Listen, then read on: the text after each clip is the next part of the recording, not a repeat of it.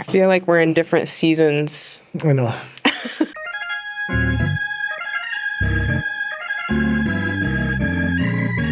Hey everybody, welcome to another episode of Gospel Unplugged. I'm Pastor Ben Cieslik, and today I'm joined by Pastor Jen Olson Popp.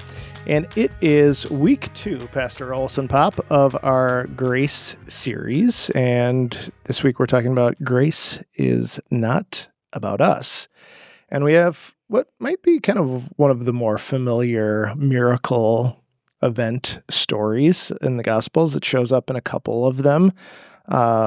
People like it. It's a nice summer text, but I don't think anybody really knows what to do with it. Yeah. It's kind of one of those tricky ones that we're familiar with, and there are pieces of it that are interesting, but it's a tough one. So let's read it, and we'll encounter the grace in it. Immediately, Jesus made the disciples get into a boat and go on ahead to the other side while he dismissed the crowds. And after he dismissed the crowds, he went up to the mountain by himself to pray. When evening came, he was there alone. But by this time, the boat, battered by the waves, was far from the land, for the wind was against them. And early in the morning, he came walking toward them on the sea. But when the disciples saw him walking on the sea, they were terrified, saying, "It is a ghost." And they cried out in fear. But immediately Jesus spoke to them and said, "Take heart. It is I, do not be afraid."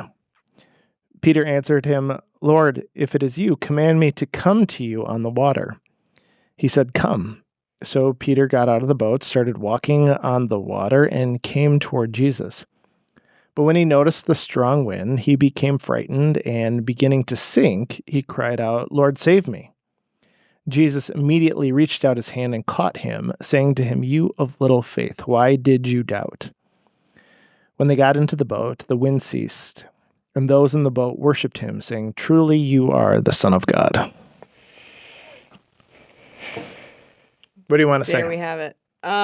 What do you got? First thing I want to say is I don't quite know how this is connected to Grace is Not About Us. So I'm just going to talk about the story, and we will hope that I get to the connection as I write the sermon. I got an inkling. I have an inkling too. I just I guess for me, the Jesus immediately reached out his hand and caught him. That's like a very beautiful way of thinking about grace. Yeah. That's the answer.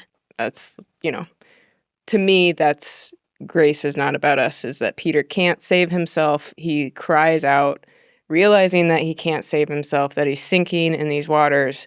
And then what does Jesus do? He finds him, he reaches out his hand and catches him. All right, we're done. We're done. We solved it all. We figured out the story.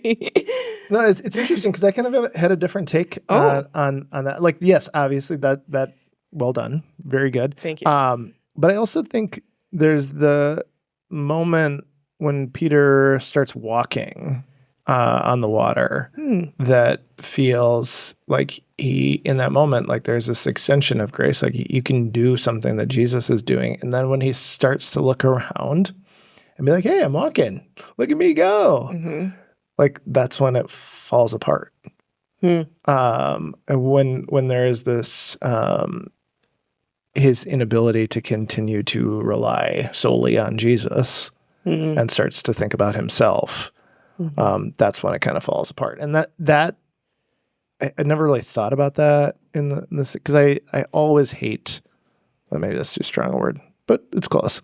This line that Jesus says, "You of little faith, why did you doubt?" Like that bugs me. Mm-hmm. But I think it softens a little bit if you are thinking about it through that lens of that I was talking about, that like if you can just do realize that it's not about you in this moment, it's about what God can do, and continue to trust in that. Like that feels a little gentler to me. I also something that came to me, or that I noticed, he didn't notice himself. He didn't even notice the water. Like I don't know if he was like, "Oh, look at me, I'm walking on water." He noticed the strong wind. And that's what is striking to me, is the presence of the wind in this story. when the wind shows up in the beginning, it says the wind was against them. And like you talk about that when you're, on a walk and you're going into a headwind or something, but they weren't necessarily,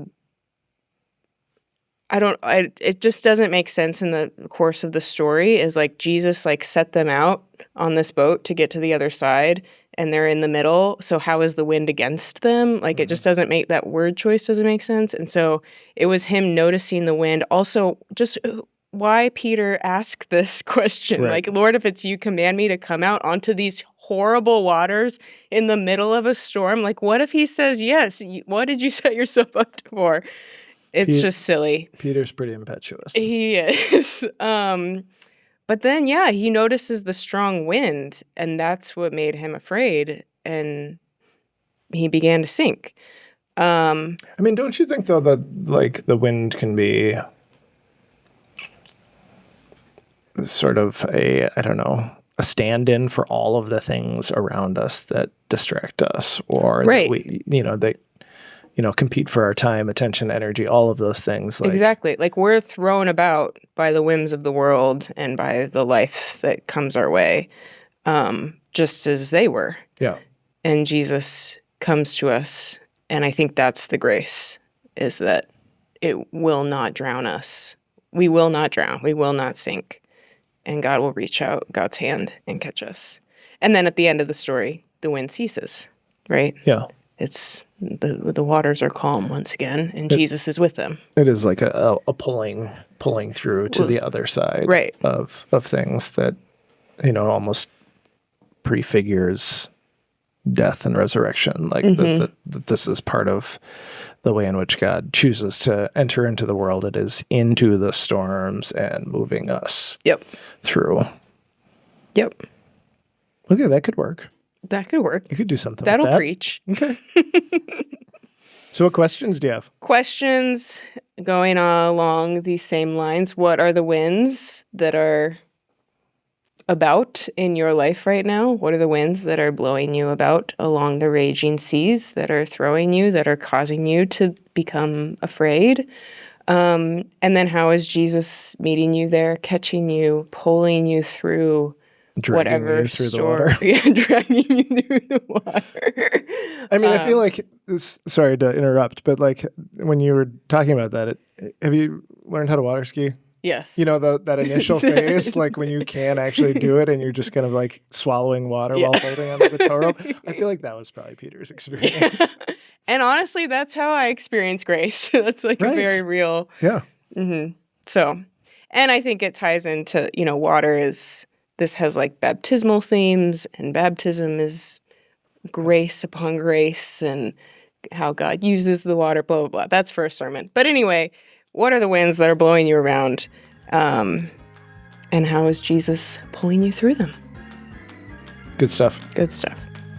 Well, thank you. And thank you for tuning in. And we'll see you in church on Sunday.